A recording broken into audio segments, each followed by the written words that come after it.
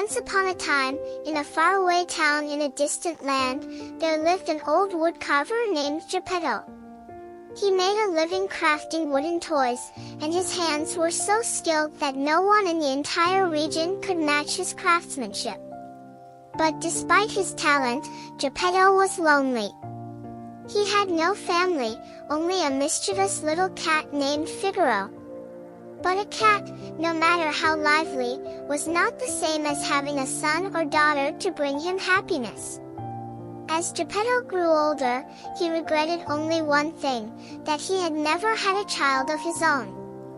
One day, while walking through the forest, he stumbled upon a beautiful piece of wood. The moment he saw it, he knew it was special, it would make the perfect puppet. He carefully cut the wood and, wasting no time, began working on it as soon as he got home. Geppetto poured his heart into the project, and when he was finished, he could hardly believe his eyes. The puppet looked almost alive. It had movable arms and legs, and he had even sewn a fine outfit for it. As he admired his work, Figaro purred contentedly, his tail flicking with delight. "I shall call you Pinocchio," Geppetto exclaimed with excitement, placing the wooden boy on the shelf beside his bed. That night, as darkness settled over the town, Geppetto prepared to sleep. But before lying down, he gazed out the window at the starry sky. "Look, Figaro, what a beautiful night," he said, lifting his cat into his arms as they both stared at the twinkling stars. "Oh, how I wish I had a son," Geppetto sighed. If only Pinocchio were real, a living, breathing boy instead of just carved wood. He made his wish upon the brightest star, believing it to be his lucky star. And indeed, it was. That very night, as the world lay in slumber, a radiant light descended from the sky. The glowing star transformed into a magical fairy, who floated gently toward Pinocchio. "A kind heart's wish shall be granted, and from the lifeless, life shall be born," she whispered. With a graceful wave of her wand, she breathed life into Pinocchio. Slowly, the wooden boy's eyes fluttered open. He lifted one tiny hand, then another. I'm alive," he murmured in astonishment. "I'm a real boy." Overcome with joy, he jumped to his feet and began hopping around the room.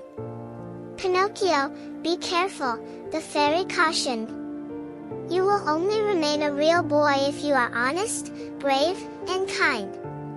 You must learn right from wrong and always help Geppetto when he needs you." "But how will I know what's right?" Pinocchio blinked up at her, confused. "You have a heart and a soul now. Use them wisely," she said with a gentle smile before vanishing, leaving behind a trail of sparkling light. Pinocchio whispered a quiet thank you and eagerly awaited the sunrise, excited for the adventures a new day would bring. When morning came, Geppetto stirred from his sleep. "Good morning, Father," Pinocchio chirped happily. Geppetto sat up in confusion. "Figaro, did you hear that?" he asked his cat, who simply nodded. "I'm over here. I'm talking," Pinocchio said cheerfully. Geppetto's eyes widened. This isn't possible. Am I still dreaming?" "No, Father. It's me, your son. Your wish came true," Pinocchio exclaimed.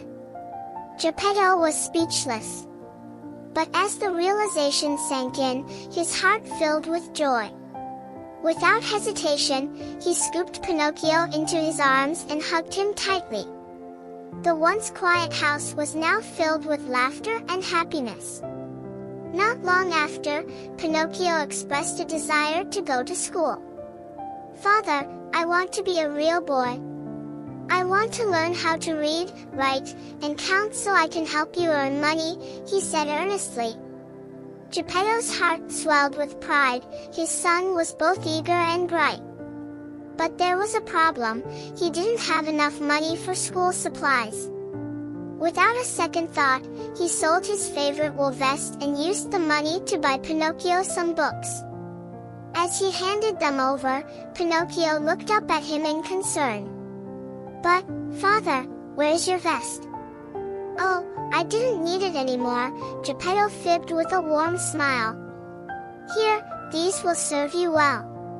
Pinocchio, touched by the gesture, hugged Geppetto tightly. The next morning, Pinocchio set off for school with a spring in his step.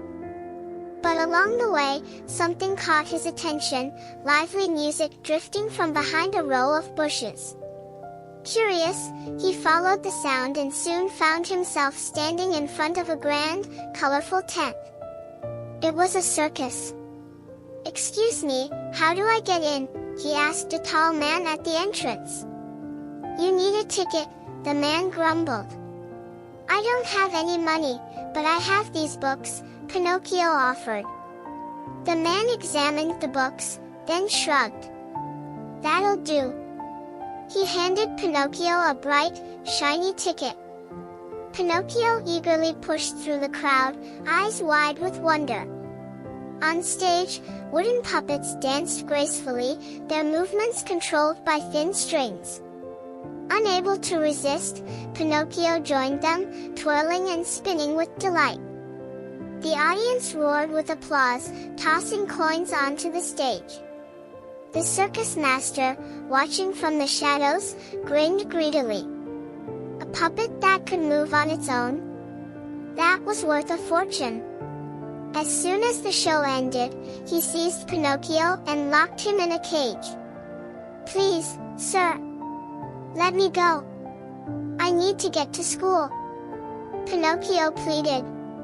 "School?" the man scoffed. "Then why are you here in my circus instead? I'm a real boy, not a wooden puppet.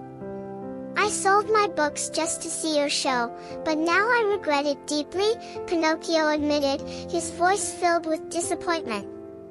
He finally realized the mistake he had made. "Oh, boy.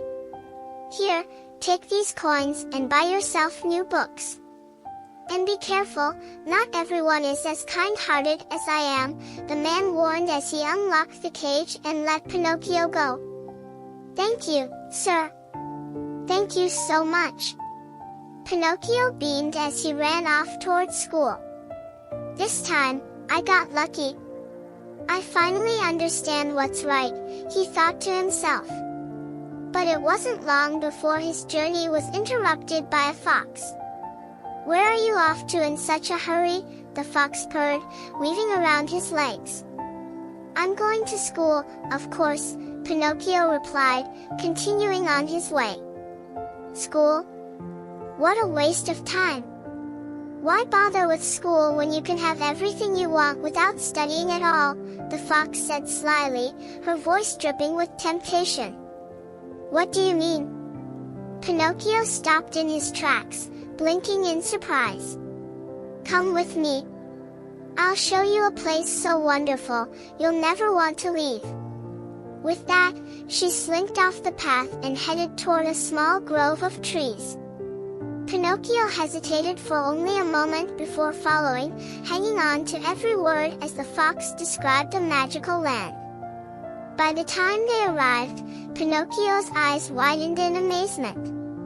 The fox had told the truth, this place was incredible. There were mountains of sweets, lollipops, chocolates, and candies everywhere. Toys of every kind littered the ground, and best of all, the place was filled with children his age, new friends to play with. Overjoyed, he dashed toward them without a second thought.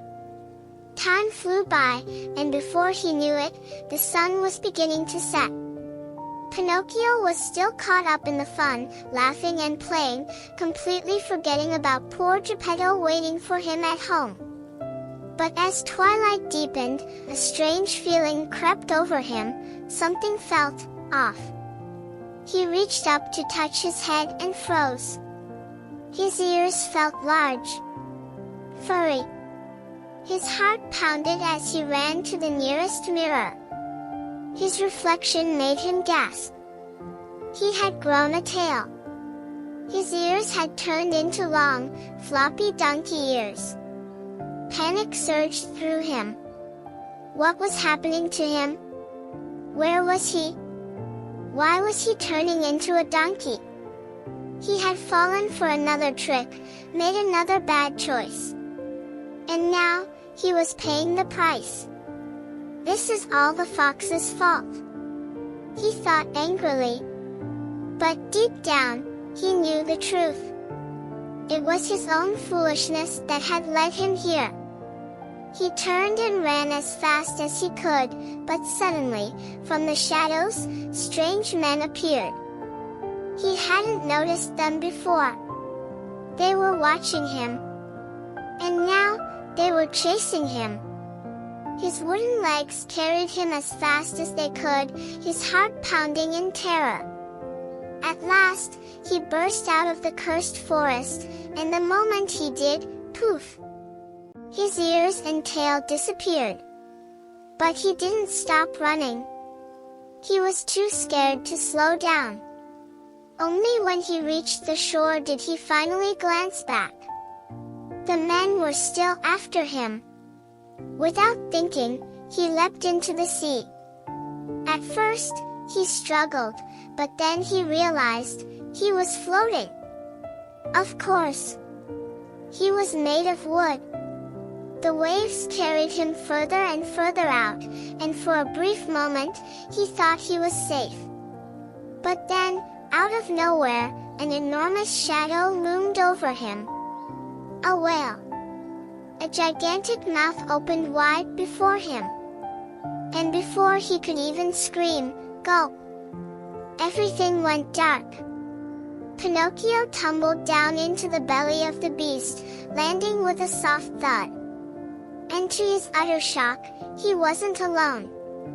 There, sitting in the dim light, was a frail old man. "Father?" Pinocchio whispered, his voice shaking. Geppetto looked up. His tired eyes widened in disbelief. "Pinocchio? Is that you?" Pinocchio didn't wait for an answer. He ran straight into Geppetto's arms, hugging him tightly. "Father! You're really here! Oh, my dear boy! Where have you been? What happened to you?" Geppetto held him close, relief washing over him. For the first time in a long while, Pinocchio felt truly safe. Geppetto told Pinocchio how he ended up inside the whale while searching for his only son, who had been gone from school for far too long. After searching the land with no success, he decided to try his luck at sea, and that's when he encountered the great beast. "But what about you, my dear Pinocchio? How did you end up in this dreadful place?" Geppetto asked. "A few days ago, I was just walking to school when someone suddenly grabbed my arm and dragged me away. I couldn't do anything to stop them," he began to lie. But before he could even finish his sentence, his nose stretched out long and thin. He had no idea what was happening, so he kept lying. Later, they realized I was made of wood and decided to throw me into the water, he added. His nose grew even longer. Terrified, he grabbed it with both hands. "Are you sure that's exactly what happened?" Geppetto asked, raising an eyebrow. "Yes, of course." Pinocchio lied again. But this time, his nose stretched so far that he could barely see past it. A voice inside his head whispered that lying was wrong. Shame washed over him, and he knew he had to tell the truth. So, he did. With his head hanging low, Pinocchio confessed everything, his cheeks burning with embarrassment. He knew he had made mistakes, big ones. But the moment he told the truth, his nose began to shrink back to its normal size. Now, they had another problem to solve: how to escape from the whale's belly. Around them lay shipwrecks and all kinds of lost objects the whale had swallowed over time. Then, an idea sparked in Pinocchio's mind. "Father, what if we start a fire? The smoke will make the whale sneeze, and that'll be our way out," he exclaimed excitedly. "Let's hope this works, son." "No time to waste," Geppetto agreed. They quickly gathered wood and set it alight. As the flames crackled and thick smoke filled the air, the whale suddenly twitched. With a mighty sneeze, it blasted them out of its belly and sent them flying onto the shore. Father and son hugged tightly, overjoyed to be free again. That evening, back at their little home, the blue fairy appeared. She looked at Pinocchio with a kind but curious gaze. "How have you been, Pinocchio?" she asked. "Not very well," he admitted, looking down at the floor. "I made bad choices. I didn't know what was right, and I lied." He braced himself, fearing she would turn him back into a lifeless puppet. The fairy nodded thoughtfully. "Yes, Pinocchio, you've made mistakes. But look at you now, alive and safe. It took you some time, but you learned what's right. You were brave and honest in the end. You now understand that lying is not the path you want to follow, don't you?" "No, it's not," Pinocchio said firmly. Then, his voice softened. "Please, don't turn me back into wood." The fairy smiled gently. "Do not be afraid. Learning to tell right from wrong is something we all go through in life. Today, you discovered that the world is not perfect, and in doing so, you have become a real boy."